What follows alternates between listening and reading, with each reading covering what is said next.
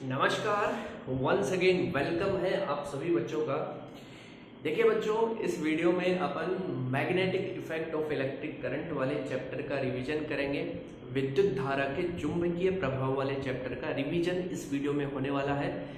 तो आप सभी जितने जो स्टूडेंट हैं जो इस चैप्टर को पढ़ चुके हैं, आप रिवीजन करना चाहते हैं, समरी चाहते हैं, इम्पोर्टेंट बातें चाहते हैं, क्या मेन है इसके अंदर, वो आपके दिमाग में आ रहा है कि ये अपने को पता चले, तो ये वीडियो आपको पूरा देखना है। अच्छे से इस वीडियो को देखिएगा और आपके दिमाग में किसी प्रकार का कोई आइडिया, कोई थॉट आता है तो कमेंट के माध्यम से मेरे को बताइएगा कि सर ऐसा कुछ होना चाहिए, इस प्रकार से आप बताओ, ये बातें भी आप बता सकते हो, ये वीडियो बनाओ।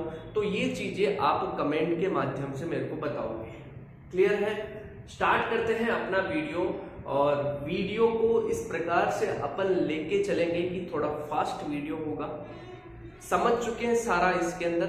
फास्ट वीडियो में मेन बातें अपन यहाँ पे दिमाग में स्टोर करने वाले हैं। स्टार्ट करते हैं।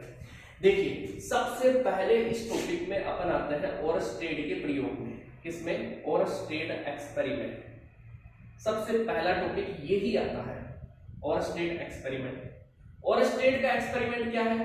ओरस्टेड ही इस चैप्टर का जन्मदाता है, ऐसे कहते हैं अपन तो कुछ भी गलत नहीं होगा, क्योंकि ओरस्टेड ये बोलते हैं कोई भी धारावाही चालक है तो उसके चारों ओर एक मैग्नेटिक फील्ड पाया जाता है। वो ऐसे ही थोड़ी ना हवा में बोले, उन्होंने एक्सपेरिमेंट किया फिर बताया। तो हमें तो कंक्लूजन ध्यान रखना है, क्या फाइनल निष्कर्ष ध्यान रखना है। निष्कर्ष इन्होंने क्या बताया? निष्कर्ष, कंक्लूजन, ठीक है, क्या बताया कि एक धारावाही चालक के चारों ओर क्या उत्पन्न होता है? चुंबकीय क्षेत्र उत्पन्न होता है। चुंबकीय क्षेत्र उत्पन्न होता है। इंग्लिश में बात करें तो बोलेंगे A magnetic field is produced around a current carrying conductor। ये है इसका निष्कर्ष। कैसे? जैसे कि ये अपने पास एक चालक तार है जिसमें करंट फ्लो हो रही है, ये आई फ्लो हो रही है, तो इसके चारों ओर मैग्नेटिक फील्ड देखा गया इस प्रकार से। और जैसे कि यहाँ पे मैग्नेटिक फील्ड लाइन बाहर, मतलब यहाँ पे मैग्नेटिक फील्ड बाहर आता हुआ लगा और यहाँ पे अंदर लगा नहीं, ये तो काल्पनिक रेखाएं हैं, ये तो मैग्नेटिक फील्ड लाइन है। ये उन्होंने एक्सपेरिमेंट से देखा, मैग्नेटिक नीडल चारों तरफ घुमाई, चुंबकीय सुई चारों तरफ घुमाई, फिर बताया कि ऐसे मैग्नेटिक फील्ड है, ऐसे चुंबकीय क्षेत्र है। तो जैसे हम थोड़ी ना एक्सपेरिमेंट करके बार बार में डायरेक्शन बताएंगे, तो डायरेक्शन बताने के लिए हमें क्या करना पड़ेगा? दिशा हम कैसे बताएं? तो उसके लिए राइट हैंड थंब रूल का यूज करना है। किस रूल का?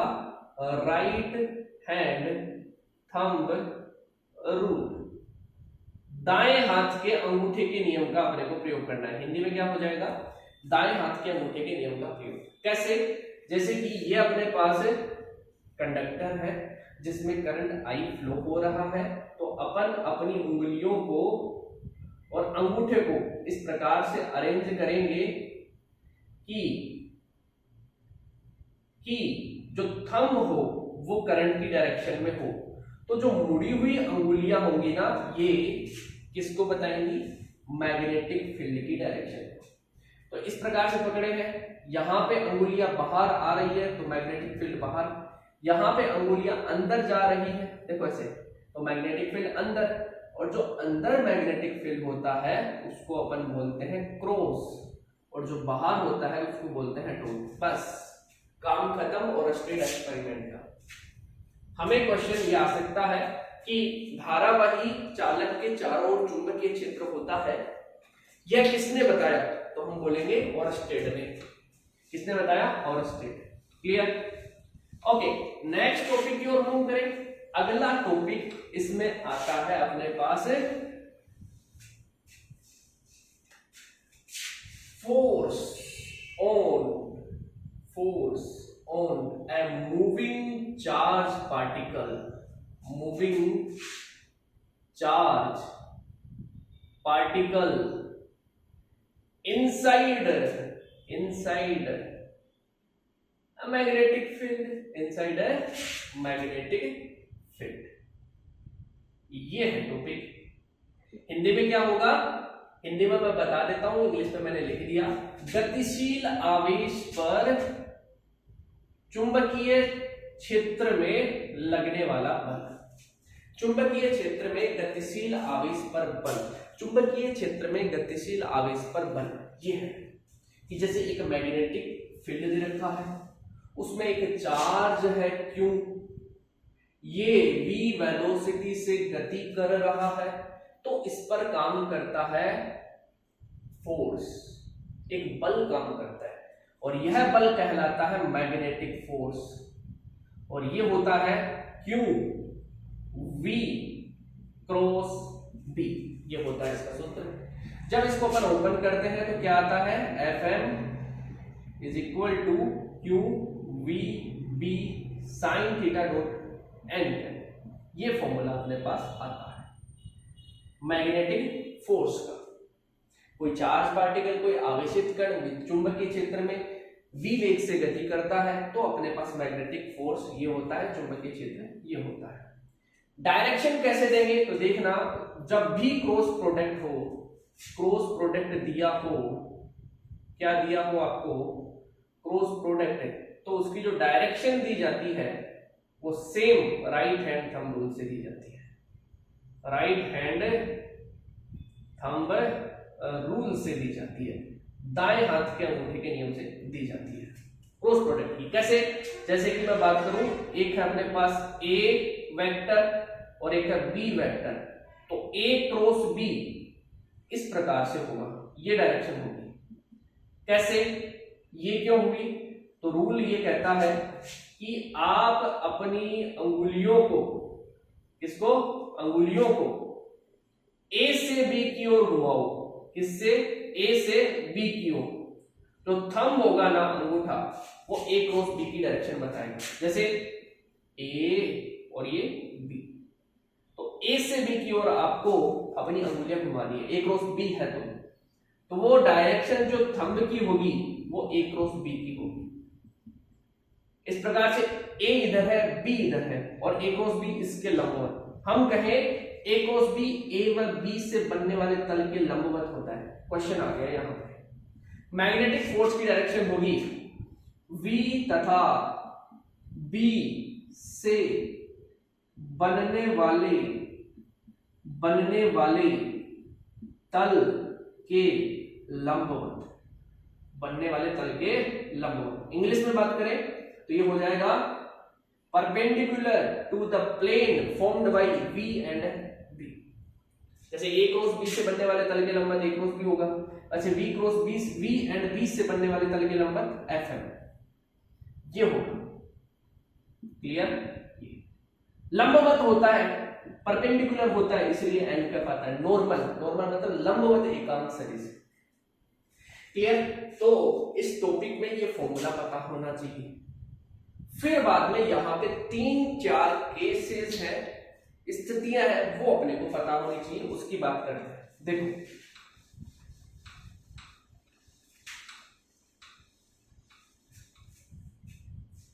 पहले केस फर्स्ट की अपन बात करते हैं। केस फर्स्ट की क्या, थीटा 0 डिग्री हो या फिर थीटा 180 डिग्री हो।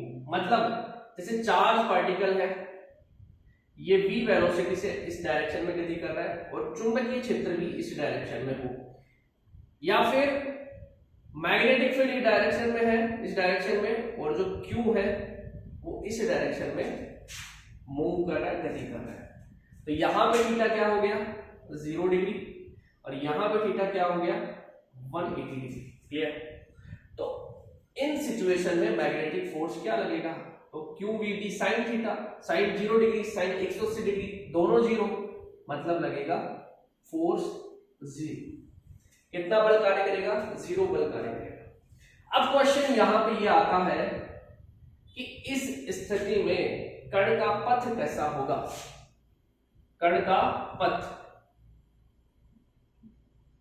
चार्ज, पाथ ऑफ चार्ज, कण का पथ कैसा होगा।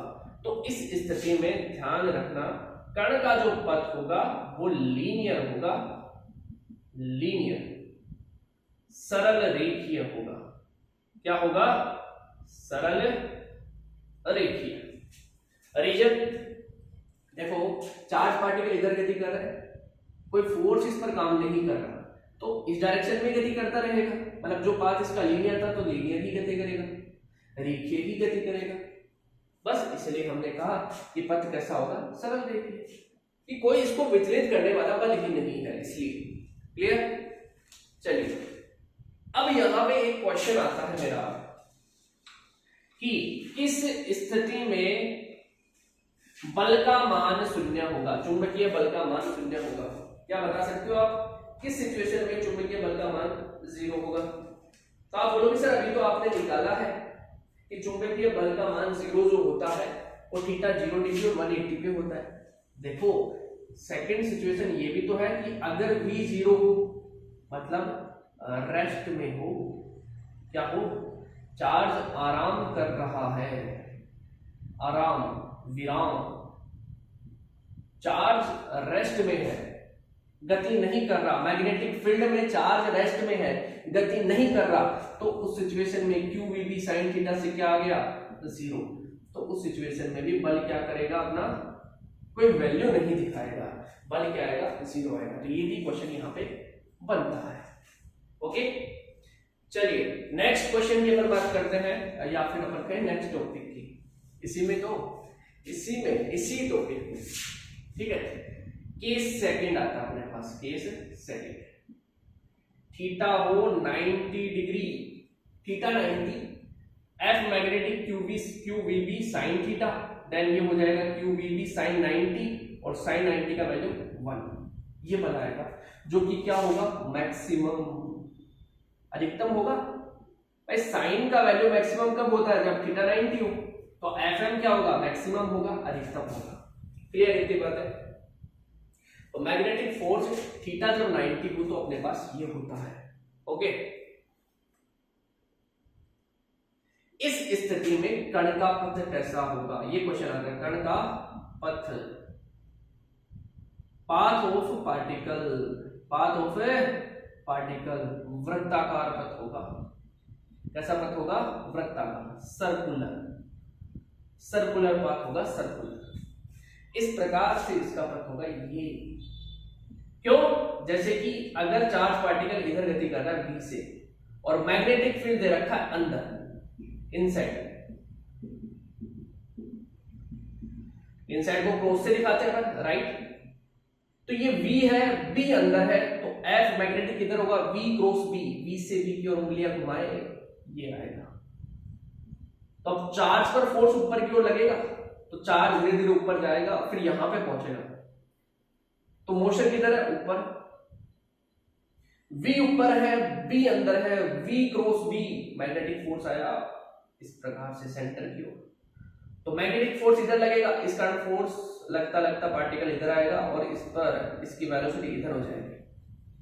वेलोसिटी इधर, मैग्नेटिक फील्ड अंदर, तो V क्रॉस B, V से B की ओर उंगलियां घुमाओ, V से B की ओर, V से B की ओर, ये मैग्नेटिक फोर्स आया। सिमिलरली यहां पे मैग्नेटिक फोर्स इधर आएगा और इसका पथ कैसा होगा? वृत्ताकार। ये क्वेश्चन आता है कि किस स्थिति में कण का पथ वृत्ताकार होगा? जब थीटा कितना हो? 90 हो, तब कण का पथ क्या होगा? वृत्ताकार होगा, सर्कुलर होगा। क्लियर? और भी इसमें कई बातें हैं, लेकिन अपने को यही यहां पे ध्यान रखना है। नेक्स्ट इसमें आता है case third, case third, case third. Case third है अपने पास, थीटा का वैल्यू, थीटा का वैल्यू, थीटा का वैल्यू 0 से 90 के बीच हो, उस सिचुएशन में कण का पथ कैसा होगा? ऐसा क्वेश्चन आता है। तो देखो क्वेश्चन ये है कण का पथ, कण का पथ, यही क्वेश्चन आता है, पाथ ऑफ पार्टिकल कैसा होगा? आपके लेवल के लिए यही क्वेश्चन बनेगा। तो देखो ये अपने पास चार्ज पार्टिकल है जो कि v वेलोसिटी से गति कर रहा है, और इधर b है, थीटा आ गया ये तो 90 से कम है बिल्कुल, ये v cos थीटा होगा और ये होगा इसका component v sin theta. v cos theta और b के बीच में angle 0 degree, v sin theta और b के बीच में एंगल 90 डिग्री। ये 0 डिग्री है, इसलिए ये जो होगा v cos थीटा पार्टिकल को किस पाथ में लेके चलेगा? सरल रेखा में। क्यों? स्ट्रेट लाइन में, linear path v cos theta द्वारा ट्रेवल होगा। क्यों? क्योंकि थीटा 0 डिग्री है, हमने देखा थीटा 0 तो फोर्स 0, तो पाथ है सरल रेखा। जबकि v sin theta, theta 90, v sin theta b के साथ में कितना एंगल बना रहा है? 90। तो इस सिचुएशन में कण का जो पथ होगा वो होगा वृत्ताकार, वृत्ताकार सर्कुलर। कैसा पाथ होगा? सर्कुलर। पाथ अगर सर्कुलर होगा तो मतलब ये कंपोनेंट इसको वृत्ताकार घुमाएगा, ये एक रेखा में घुमाएगा, तो पार्टिकल एक रेखा में जाएगा, फिर सर्कल में जाएगा, फिर एक रेखा में, फिर सर्कल में, फिर एक रेखा में, फिर सर्कल में। तो कण का पथ कैसा होगा? वृत्ताकार नहीं, सर्पिलाकार। कैसा? सर्पिलाकार। इंग्लिश में बोले तो स्पाइरल या फिर हेलिकल पाथ होगा। कैसा पाथ होगा? हेलिकल। क्लियर? तो यहां पे क्वेश्चन आता है इसके पथ को लेकर कि इसका पथ कैसा होगा। और भी कई बातें हैं इसमें, जो सारी बातें इसको लेकर और है वो मैंने डिस्कस कर ली है पहले, लेकिन इंपोर्टेंट जो आपके लायक होनी चाहिए वो अब मैं डिस्कस कर रहा हूं। इसका समरी देख रहे हैं अपन। ओके, चलिए 3 केस अपन ने यहां पे देख लिए और ये टॉपिक भी अपना कंप्लीट हो गया। अब अपन बात कर रहे हैं एक अच्छे से टॉपिक की जहां से क्वेश्चन और आते हैं, वो है unit and dimension. Unit and dimension of magnetic field. Hindi में क्या बोलेंगे? चुंबकीय क्षेत्र का मात्रक व विभव। चुंबकीय क्षेत्र का मात्रक व विभव। देखो हमने एक फॉर्मूला बताया अभी, Fm = QV भी आता है जब थीटा 90 हो, तो B का वैल्यू हो जाएगा Fm/QV, राइट। Q को अपन ऐसे लिख सकते हैं I.T, क्योंकि I = होता है Q/T। देन ये फॉर्मूला हो गया F मैग्नेटिक I, T और ये V। ओके, चलिए अब इसका अपन मात्रक निकालते हैं। क्या निकालते हैं? मात्रक, यूनिट। कौन सा unit? SI unit. SI unit. Fm Newton होगा, फोर्स कोई भी हो। SI मात्रक क्या होता है? न्यूटन होता है। I का क्या होगा? एम्पियर होगा। T का क्या होगा? सेकंड होगा। V क्या है? चाल है या वेलोसिटी है या स्पीड है, तो क्या होगा? मीटर/सेकंड। सेकंड से सेकंड कैंसिल, देन इसका ऐसा यूनिट आ गया Newton/एम्पियर/मीटर।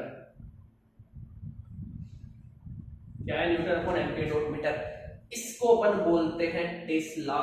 ये क्वेश्चन आता है टेस्ला। टेस्ला किसका? SI यूनिट है, मैग्नेटिक फील्ड का, चुंबकीय क्षेत्र का। ठीक है, इसी को अपन बोलते हैं वेबर पर मीटर स्क्वायर। ये अगला जब चैप्टर आएगा ना तब बताऊंगा कि इसको ऐसे क्यों बोलते हैं, वेबर पर मीटर स्क्वायर। वेबर पर, तो ये 3 इसके ऐसा यूनिट है। सीजीएस यूनिट भी आप ध्यान रखें, सीजीएस यूनिट, सीजीएस मात्रक। सीजीएस मात्रक क्या होगा? टेस्ला SI है, सीजीएस होता है गॉस। गाउस क्या होता है? गाउस। सीजीएस मात्रक गाउस होता है। क्वेश्चन ये आता है एक टेस्ला में कितने गाउस? आप बोलना 10⁴ गाउस। कितने? 10⁴ गाउस होता है। ओके, सीजीएस यूनिट गाउस हो गया। एक यूनिट और ध्यान रखें सीजीएस में, जो कि है मैक्सवेल प्रति सेंटीमीटर स्क्वायर। क्या होती है? प्रति सेंटीमीटर स्क्वायर। तो ये सारे क्वेश्चन ही बनते हैं जो मैं आपको यहाँ पे बता रहा हूं मात्रक को लेकर। वीमा आप यहाँ पे खुद निकालना, ये मेरा आपके लिए क्वेश्चन है। नहीं सर आप ही निकालो, ठीक है तो चलो हम निकाल देते हैं।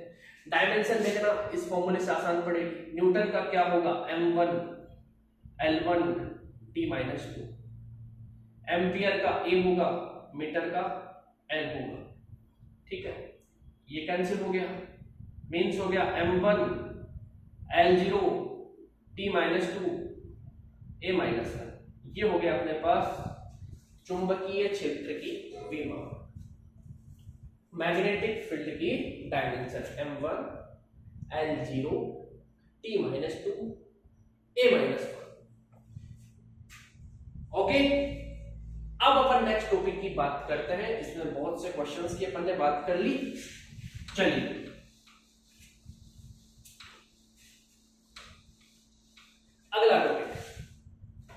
अगला टॉपिक आता है इसमें magnetic field due to a current carrying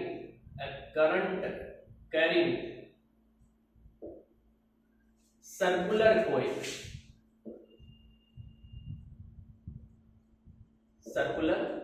Hindi में बोलते हैं धारावाही वृत्ताकार कुंडली के कारण चुंबकीय क्षेत्र। क्या, धारावाही वृत्ताकार कुंडली के कारण चुंबकीय क्षेत्र। ये अपने पास एक कोयल है जिसमें करंट आई फ्लो हो रहा है, इसके कारण मैग्नेटिक फील्ड निकालते हैं अपन पॉइंट P पर, अक्ष पर। तो यहां पे जैसे क्या करते हैं, इसके लिए लाइन एलिमेंट dl कंसीडर करते हैं और इसकी डिस्टेंस होती है r। ये हो गया कोयल की त्रिज्या, रेडियस। ये सेंटर से distance capital small d। r का वैल्यू आ जाएगा √r² प्लस d² पाइथागोरस प्रमेय से। क्लियर। तो B अक्षीय आता है अपने पास। पहले यहां पे अपन देखते हैं इसके अक्ष पर axial magnetic field due to a current carrying circular coil. कितना आता है, mu node I upon 4 pi d, no d ये आएगा r² प्लस d² की पावर 3/2 और यहां पे आएगा 2 पाई r², r इसकी रेडियस। और अगर फेरों की संख्या n है तो n से मल्टीप्लाई, याद ही करना पड़ेगा सूत्र तो। और मैंने डिटेल में बताया था, तरीका भी बता दिया था याद कैसे होगा। केंद्र पर चुंबकीय क्षेत्र B सेंटर, केंद्र पर क्या होगा, D बराबर 0, ये 0। तो इसमें ये D 0 करते हैं तो B सेंटर अपने पास आता है mu nought N I upon 2R। ये आता है B सेंटर, ये आता है B अक्ष। काम के फॉर्मूला है, क्वेश्चन इनसे बनता है। थर्ड सिचुएशन की अपन बात करते हैं जब D का वैल्यू R/2 हो, ये R है, D का वैल्यू R/2 हो, इतनी दूरी पे ले, कहीं पे भी R/2 आए वहां तक। देन B का वैल्यू आता है 0.716। B केंद्र, सेंटर पे मैग्नेटिक फील्ड का 0.716 होता है। इस टॉपिक में 3 फॉर्मूला काम के हैं। क्लियर। इसी से रिलेटेड एक टॉपिक आता है हेल्महोल्ट्ज कुंडलियां। हेल्महोल्ट्ज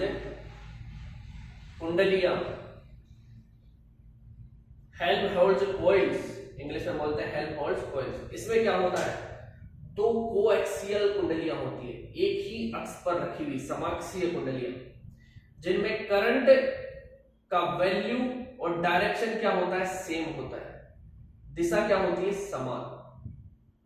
और दोनों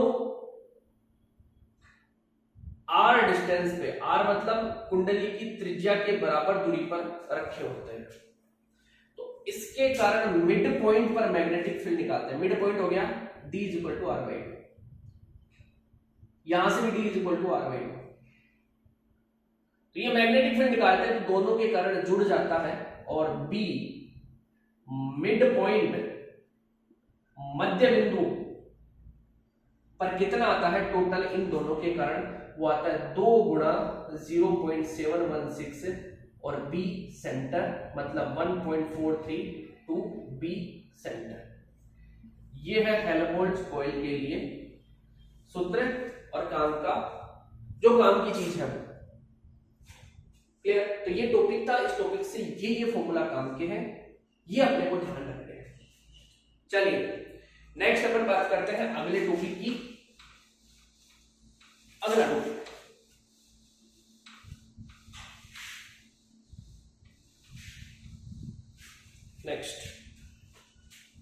नेक्स्ट अब अपने पास टॉपिक आता है magnetic field. Magnetic field due to a straight current carrying conductor, current carrying conductor Hindi में बोलते हैं सीधे धारावाही चालक के कारण चुंबकीय क्षेत्र। क्या?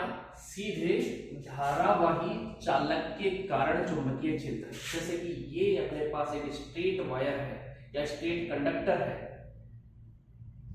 जिसमें आई करंट फ्लो हो रहा है, तो इसके पॉइंट, कोई भी पॉइंट से इसके लंबवत, इसके परपेंडिकुलर, इस कंडक्टर के परपेंडिकुलर एक पॉइंट लिया P, तो वहां पे मैग्नेटिक फील्ड बताना है तो वो निकालते हैं अपन। लेट ये एंगल है φ2 और ये एंगल है φ1। तो यहां पे जो मैग्नेटिक फील्ड आता है पॉइंट P पर, वो आता है mu node I upon 4 pi, और ये डिस्टेंस अपन लेते हैं small d। d sine φ1 plus sine φ2, ये फॉर्मूला अपने को पता होना चाहिए। यहां ये आता है अपने पास पॉइंट P पर मैग्नेटिक फील्ड। अब इसमें डिफरेंट केस की अपन बात करते हैं। केस फर्स्ट, जो की है कि इनफाइनाइट लेंथ हो, क्या अनंत लंबाई हो, किसकी? वायर की या चालक की। चालक की लंबाई अनंत हो तो उस स्थिति में यह वायर ऐसे होगा, तो φ2 भी बढ़ेगा, φ1 भी बढ़ेगा, और इनफाइनाइट है तो कितना बढ़ेगा मैक्सिमम? ये φ1 φ2 हो जाएगा 90 डिग्री तक, 90 डिग्री तक। जब ये वैल्यू यहां पे रखें तो sin 90 का वैल्यू 1, cos वापस से 90 का वैल्यू 1, 1 कितना? 2, तो अपने पास b की वैल्यू आएगी mu node I upon 2 pi d। इस स्थिति में अपने पास ये होगा मैग्नेटिक फील्ड। एक और केस अपन यहां पे देखते हैं, केस सेकंड है अपने पास। हम बात करें जो वायर है, इस वायर के, ये वायर या चालक की अक्ष पर पॉइंट P है। यहां पे ये पॉइंट P कहां पर है? अक्ष पर है। कहां पर है? अक्ष पर, एक्सियल पर है। तो B का वैल्यू आता है 0। रीजन क्या? देखिए यहां पे φ1 φ2 का वैल्यू बात करें तो जैसे यहां पे थे तो φ2 ये था। अब ये पॉइंट कहां पे आ गया? यहां पे आ गया। यहां पे आने का मतलब φ1 φ2 यहां पे था, ये φ1 था, ये φ2 था। अब φ1 φ2 दोनों कहां पे आ गए? अक्ष पर, एक रेखा पर। यहां पे एक ही रेखा पर φ1 φ2 है, तो 0 डिग्री हो गया φ1 φ2। या हम कहें एक एंगल तो 0 डिग्री हो गया और एक एंगल 180 डिग्री हो गया। या अपन दोनों ऐसे कहते हैं φ1 φ2 both are 0 degree in this situation. इस स्थिति में जब ये 0 तो sin 0 का वैल्यू 0, फिर वापस से 0, तो कितना आ गया? 0। तो मैग्नेटिक फील्ड कितना होगा? चुंबकीय क्षेत्र कितना होगा? 0। ओके, तो ये दो केस अपन ने देखे। तीसरा केस और देख लेते हैं यहां पे, केस थर्ड ये है कि पॉइंट P जो है वो तार के एक हिस्से के पास है और दूसरा हिस्सा अनंत पर है, यहां पे है, दूसरा हिस्सा एंड पे है। तो ये केस थर्ड है। Point P is near to the one end of an infinite length of straight conducting wire and other end is at infinite. ठीक है, दूसरा हिस्सा कहां पे? अनंत पर है। तो इस स्थिति में बी का वैल्यू कितना, आप बोलोगे म्यू नोड आई अपॉन 4 पाई टी, एक हो जाएगा साइन 0 डिग्री और एक हो जाएगा साइन 90 डिग्री। कैसे, देखो पॉइंट पी यहां पे है तब ये फाइबर है, अब ये पी यहां पे आ गया, फाइबर घटता गया घटता गया घटता गया, कितना हो गया घटकर 0 डिग्री हो गया, कितना हो गया 0 डिग्री, तो साइन 0 डिग्री। दूसरा कहां पे है, ये तो अनंत पर है, फाई 2 तो बढ़ रहा है और बढ़ रहा है, कितना बढ़ रहा है 90, यानी फाई 2 कितना 90, फाइबर कितना 0, साइन 0 का वैल्यू 0, साइन 90 का वैल्यू 1, बी का वैल्यू आ गया म्यू नोड आई अपॉन 4 पाई, ये होगा चुंबकीय क्षेत्र। क्लियर इतनी बात है। तो अपन ने स्ट्रेट करंट कैरिंग कंडक्टर की बात की, सीधे धारावाही चालक तार की बात की, और इसके लिए चुंबकीय क्षेत्र अपन ने निकाला।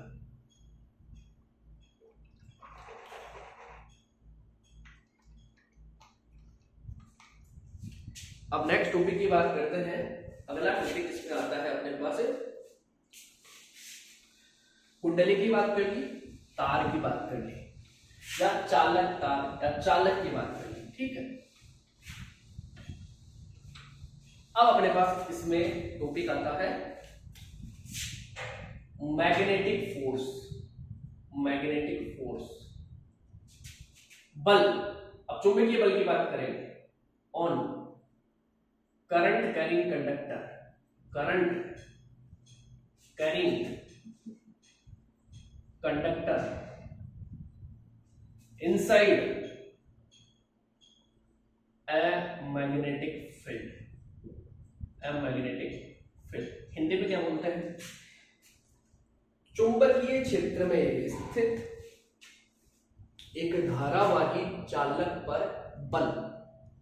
कौन सा बल, चुंबकीय बल। चुंबकीय क्षेत्र में स्थित धारावाही चालक पर चुंबकीय बल, ये क्वेश्चन है, ये टॉपिक है, सॉरी। तो जैसे कि ये एक अपने पास मैग्नेटिक फील्ड है, ओके, इस मैग्नेटिक फील्ड में ये कंडक्टर है जिसमें आई करंट फ्लो हो रहा है, आई। तो ये देखा गया कि इस पर एक बल कार्य करता है, मैग्नेटिक फोर्स, और उसका वैल्यू आता है आई एल क्रॉस बी। अभी क्यों कार्य करता है ये बता रखा है मैंने, आई एल क्रॉस बी। तो एफ मैग्नेटिक कितना हो गया, I L B sine theta. L क्या है, इसकी लेंथ है, एल की डायरेक्शन किधर होगी, आई की दिशा में, आई की दिशा में, धारा की दिशा में, in the direction of current, L की डायरेक्शन होगी, किसकी डायरेक्शन, एल। एफ एम की डायरेक्शन किधर आएगी, एन कैप, ये डायरेक्शन है। एन कैप का मतलब एल और बी, एल व बी से बनने वाले तल के लंबवत, से बनने वाले तल के लंबवत, परपेंडिकुलर, इंग्लिश में बोले तो perpendicular to the plane formed by length and magnetic field, लंबाई और चुंबकीय क्षेत्र, ठीक है। तो यहां से ये फॉर्मूला ध्यान रखें,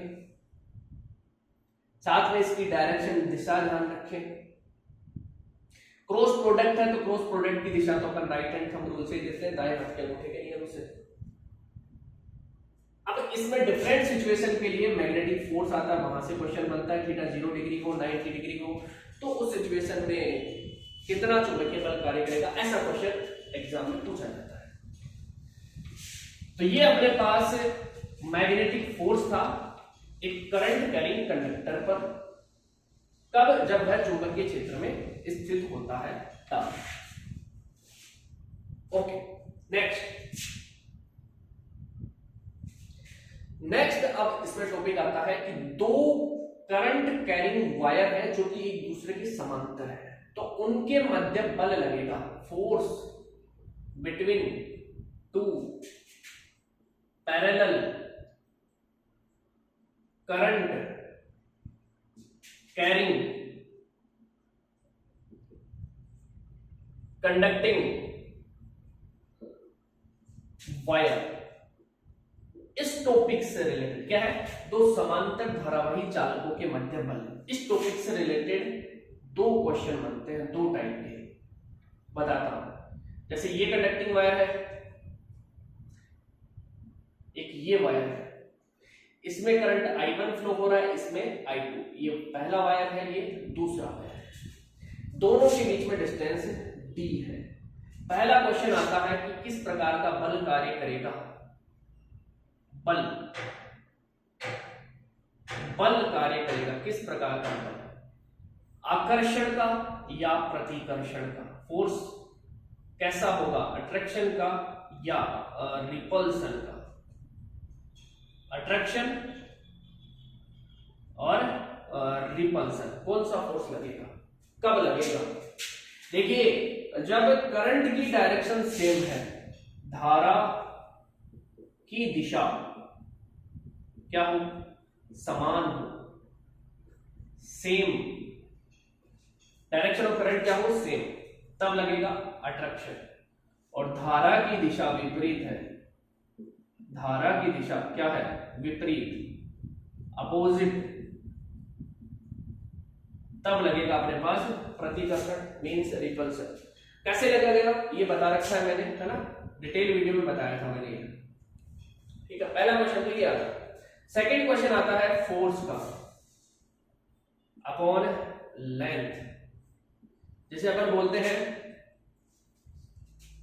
एकांक लंबाई पर कार्यरत चुंबकीय बल, ये न्यूमेरिकल बनता है,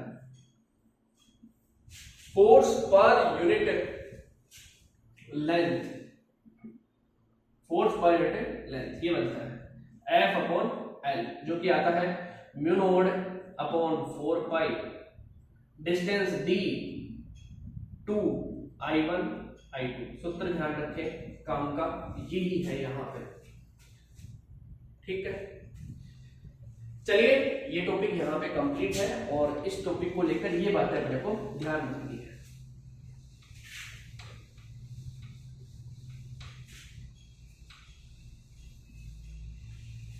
नेक्स्ट अगले टॉपिक की हम बात करते हैं और अगला टॉपिक अपने पास है सोलेनोइड, परिनालिका। इसमें जैसे परिनालिका क्या होती है कि ये वायर होते हैं और इस प्रकार से एक के ऊपर एक लिपटे होते हैं और बीच में एक बेलनाकार नली होती है।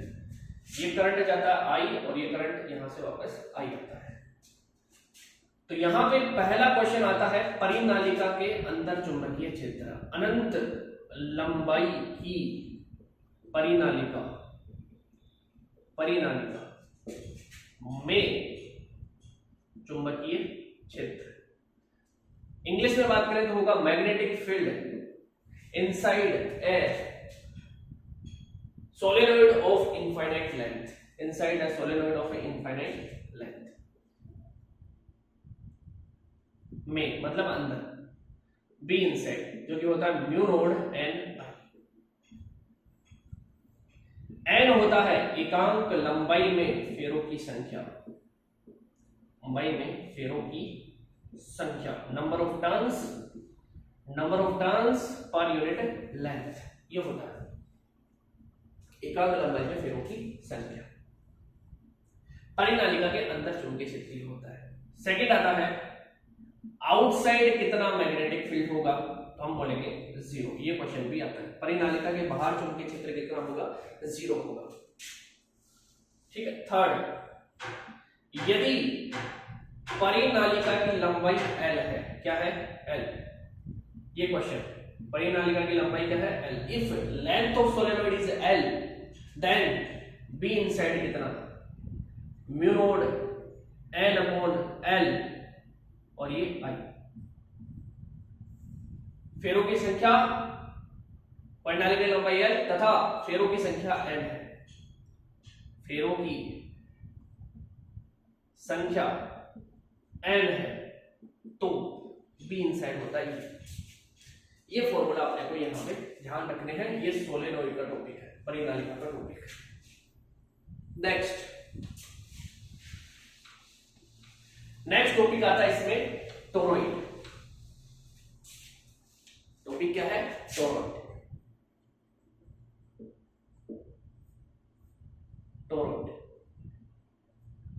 टोरॉइड क्या है? जो परिनालिका है, इसी के दोनों एंड को जोड़ दिया जाए, दोनों जो इसके अंतिम हिस्से उनको जोड़ दिया जाए सर्कुलर शेप में, तो ये टोरॉइड होता है। क्या होता है? टोरॉइड।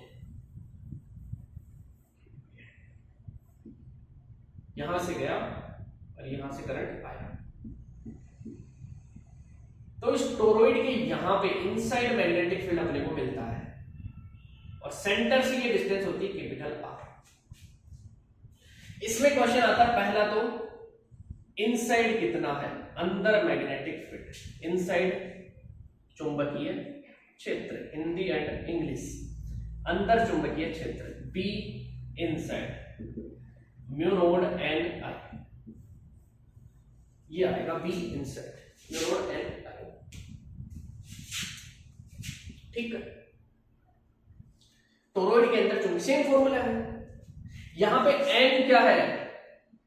एकांक परिधि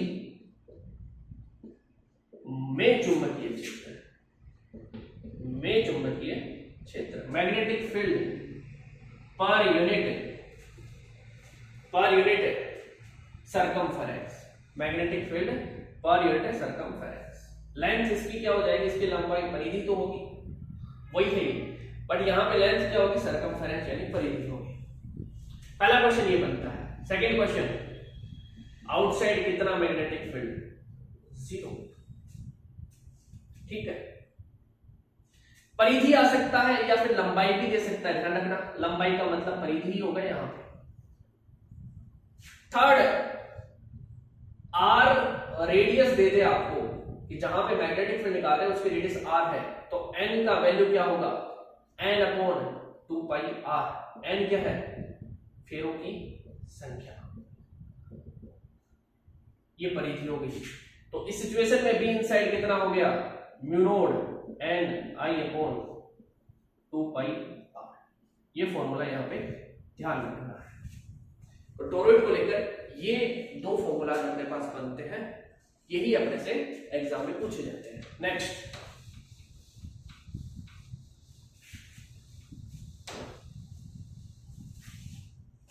अब अपने पास टॉपिक है मैग्नेटिक टॉर्क। टॉर्क की बात करते हैं, torque on a rectangular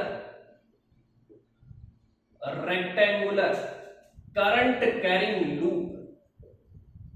carrying loop inside a uniform magnetic field. Hindi में क्या होगा ये टॉपिक? एक समान चुंबकीय क्षेत्र में स्थित आयताकार धारावाही लूप पर बलाघूर्ण, एक समान चुंबकीय क्षेत्र में स्थित आयताकार लूप पर बलाघूर्ण, ये टॉपिक है। देखिए किस प्रकार से है, ये अपने पास यूनिफॉर्म मैग्नेटिक फील्ड है और ये यूनिफॉर्म मैग्नेटिक फील्ड हमने कैसे प्राप्त किया? यहां पे रखा नॉर्थ पोल और यहां पे रखा साउथ पोल, तो फील्ड लाइन ऐसे जाएंगी। इनमें इसमें एक रखा है आयताकार लूप जिसमें आई करंट फ्लो हो रहा है। कितना करंट? आई।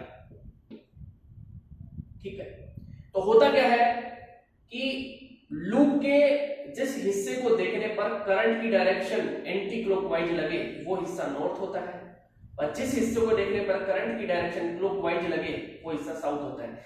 जिस हिस्से को देखने पर, लूप के जिस हिस्से को देखने पर धारा की दिशा वामावर्त लगे वो उत्तरी ध्रुव, और जिस हिस्से को देखने पर धारा की दिशा दक्षिणावर्त लगे, धारा की दिशा घड़ी की दिशा में लगे, वो दक्षिण ध्रुव होता है। तो अब होगा क्या? नॉर्थ पोल साउथ पोल को अट्रैक्ट करेगा और साउथ पोल नॉर्थ पोल को अट्रैक्ट करेगा। इस वजह से होगा क्या? इस वजह से ये रोटेट करेगा, क्योंकि ये इसको अट्रैक्ट करेगा तो ये क्या करेगा? रोटेशन होगा। तो रोटेशन के कारण टॉर्क पे काम करेगा और टॉर्क का वैल्यू आएगा एम बी साइन थीटा, ये आएगा टॉर्क का वैल्यू। टॉर्क हो गया M क्रॉस B, M होगा NIA। क्या है ये? चुंबकीय द्विध्रुव आघूर्ण, मैग्नेटिक डाइपोल मोमेंट। ए क्या होगा? एरिया वेक्टर, क्षेत्रफल सदिश। क्या होगा? लंबाई गुणा चौड़ाई। ये इसकी चौड़ाई है, ये इसकी लंबाई है, लेंथ इनटू ब्रेथ। इसको अपन ऐसे भी लिख सकते हैं, tau is equal to NIA cross B। Clear? ये टॉर्क होगा। अब यहां पे डिफरेंट सिचुएशन में अपने पास क्वेश्चन बनते हैं, थीटा 0 डिग्री पे, थीटा 90 पे और थीटा 180 पे टॉर्क पे कितना काम करेगा, ये क्वेश्चन यहाँ पे बनते हैं। तो ये टॉपिक था टॉर्क का, बल आघूर्ण का। और इस टॉपिक को लेकर और क्या क्वेश्चन बनते हैं वो मैंने आपको बता दिया। ये टॉपिक खत्म है। यहाँ पे आगे अपन बात करते हैं। अच्छा, इस टॉपिक में, इसी टॉपिक में एक क्वेश्चन आता है कि परिणामी बल कितना लगेगा, रिजल्टेंट फोर्स। तो ध्यान रखना, फोर्स तो यहाँ पे 0 लगता है। कितना लगता है? 0। परिणामी बल कितना लगता है? 0। अब टॉपिक आता है मोस्ट इंपोर्टेंट टॉपिक, जो कि है एमीटर। कौन सा? एमीटर। एमीटर जो कि धारा को मापता है। इसको लेकर ये ध्यान रखना है कि इसमें गैल्वेनोमीटर जो होता है, इसके समांतर क्रम में, पैरेलल कॉम्बिनेशन में संट जोड़ा जाता है, जो कि अल्पमान का प्रतिरोध होता है। इंग्लिश में क्या बोलेंगे? लो वैल्यू रेजिस्टेंस होता है, जिसका वैल्यू लो होता है, लो रेजिस्टेंस। ठीक है? एस किस कॉम्बिनेशन में जुड़ा होता है?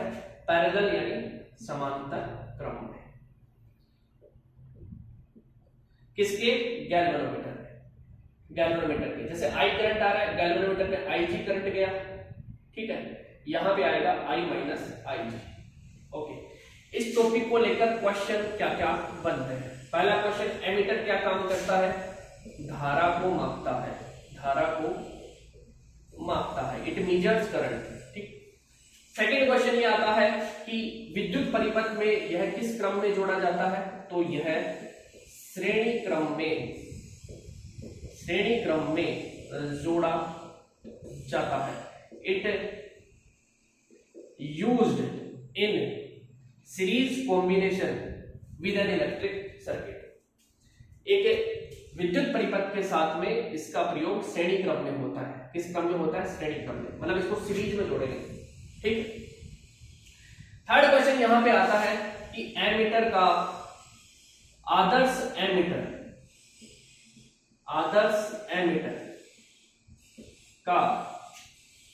एमीटर का प्रतिरोध कितना होगा?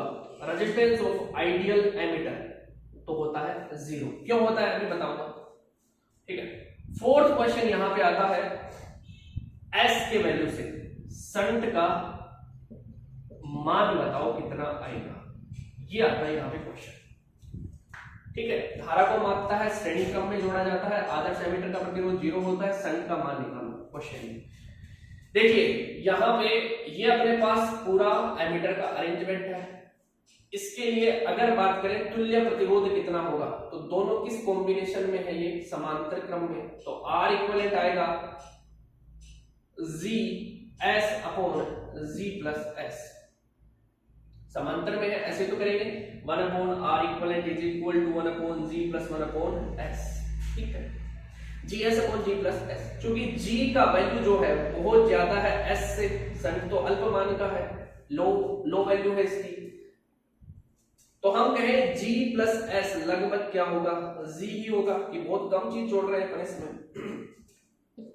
तो R इक्विवेलेंट अपने पास हो गया R इक्विवेलेंट हो गया GS upon G means S। कितना आ गया? S। S क्या है? अल्पमान। तो R इक्विवेलेंट कितना आएगा? बहुत कम। मतलब एमीटर का प्रतिरोध, तुल्य प्रतिरोध बहुत कम होता है। और आदर्श का तो कितना कर लेंगे? बहुत कम को अपन बोल देते हैं 0। आइडियल काल्पनिक रूप से कितना मान लेंगे इसको? 0। इसलिए क्या माना जाता है? 0 माना जाता है। आगे क्वेश्चन इसमें आता है संट का वैल्यू। संट का वैल्यू ज्ञात करो। इसका वैल्यू संट का, तो संट का वैल्यू निकाले तो उसके लिए दोनों किस कॉम्बिनेशन में, पैरेलल में। यहाँ पे पोटेंशियल डिफरेंस जितना होगा वो यहाँ पे होगा, समांतर क्रम में यही होता है। मतलब आई जी कैपिटल जी V बराबर आई आर, उतना ही यहाँ पे आई आर, आई कितना यहाँ पे आई माइनस आई जी, आर कितना एस, एस का वैल्यू कितना आई जी कैपिटल जी आई माइनस आई जी, ये होगा एस का। तो एमीटर को लेकर ये क्वेश्चन बनते हैं, वो अपन ने बात कर ली है और इस फॉर्मूला को आप ध्यान रखें। लास्ट टॉपिक इसमें आता है वो है वोल्ट मीटर। क्या है? Volt meter.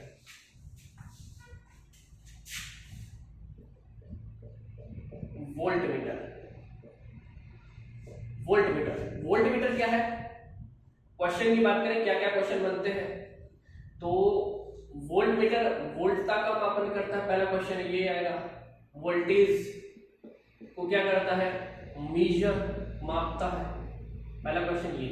वोल्टेज का मापन किससे किया जाता है? तो हम बोलेंगे वोल्ट मीटर से, राइट? किससे किया जाता है? वोल्ट मीटर से किया जाता है। ओके। सेकंड क्वेश्चन, यह विद्युत परिपथ में किस क्रम में जोड़ा जाता है? विद्युत परिपथ में समांतर क्रम में जोड़ा जाता है। किस क्रम में? समांतर क्रम में जोड़ा जाता है, जोड़ा जाता है। It is connected in parallel with an electric circuit. It is used in parallel with an electric circuit. ठीक है, पैरेलल कॉम्बिनेशन में ये जुड़ता है, प्रयोग होता है। सेकंड क्वेश्चन ये हो गया, फर्स्ट ये हो गया। थर्ड क्वेश्चन, आदर्श वोल्ट मीटर का प्रतिरोध कितना? आदर्श वोल्ट मीटर का रेजिस्टेंस, प्रतिरोध अनंत। कितना? अनंत। क्यों अनंत? क्यों बात करेंगे, देखना अनंत क्यों होता है। अनंत अनंत अनंत, ओके, बात करेंगे क्यों होता है। वोल्ट मीटर जो होता है कैसे बनता है? गैल्वेनोमीटर के श्रेणी क्रम में एक उच्च मान का प्रतिरोध जोड़कर, ये क्वेश्चन आता है। वेरी हाई वैल्यू रेजिस्टेंस होता है, high value, very high resistance, जिसका मान बहुत अधिक होता है, हाई होता है। गैल्वेनोमीटर के सीरीज में जोड़ा जाता है तो ये वोल्ट मीटर बन जाता है। क्या बन जाता है? Volt meter. इसका R इक्विवेलेंट निकाले, तुल्य प्रतिरोध, तो कितना आएगा? श्रेणी क्रम में G प्लस RH हो जाएगा, जुड़ जाएगा। क्योंकि G बहुत कम है RH से, यहां पे ऐसा ही तो है, RH का वैल्यू पहुंच जाएगा। तो G प्लस RH को अपन क्या लेंगे? RH मींस R इक्विवेलेंट क्या होगा? RH, और ये वैल्यू क्या है?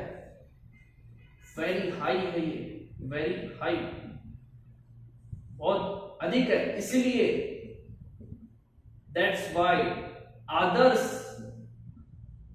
वोल्ट मीटर का प्रतिरोध, वोल्ट मीटर का प्रतिरोध, resistance of ideal volt meter consider to be infinite. क्या? इनफाइनाइट। कितना माना जाता है? अनंत माना जाता है, इसीलिए माना जाता है क्योंकि बहुत अधिक को आदर्श रूप में क्या बोलते हैं? अनंत बोलते हैं। ठीक है, तो इस टॉपिक से पहला क्वेश्चन वोल्टेज को मापता है, किस क्रम में जोड़ा जाता है, पहला, दूसरा, तीसरा क्वेश्चन ये।